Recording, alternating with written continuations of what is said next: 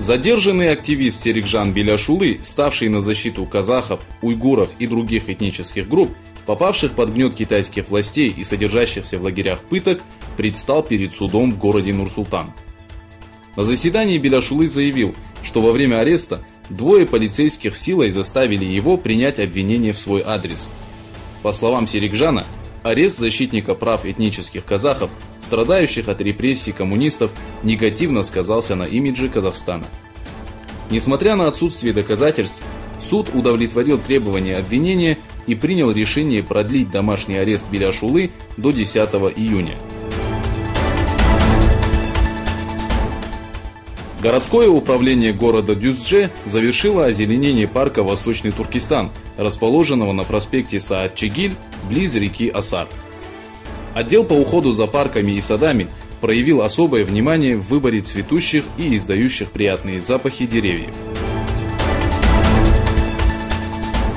В поселке Негомба, где недавно произошли теракты, целью которой стала католическая церковь Святого Севастьяна, группа неизвестных начала погром магазинов и автомобилей, принадлежащих мусульманам. Пресс-секретарь местной полиции сообщил о задержании двоих владельцев магазинов. По словам Рувана Гунасекара, обстановка накалилась на религиозной почве, после чего переросла в погромы. На данный момент ситуация под контролем полицейских. Советник национальной безопасности США Джон Болтон сообщил, что правительство США приняло решение направить на Ближний Восток авианосец Авраам Линкольн и группу стратегических бомбардировщиков. Болтон заявил, что США не имеет проблем с Ираном, однако при необходимости американская армия готова к ответу на вероятные провокации.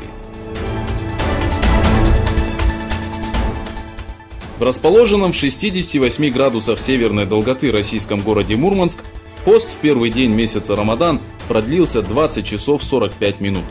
А в аргентинском городе Усхуайя, расположенном в 54 градусах южной долготы, промежуток между утренним приемом пищи и разговением составил 11 часов. Мусульмане, проживающие на севере, постятся дольше, чем верующие в южных регионах земли.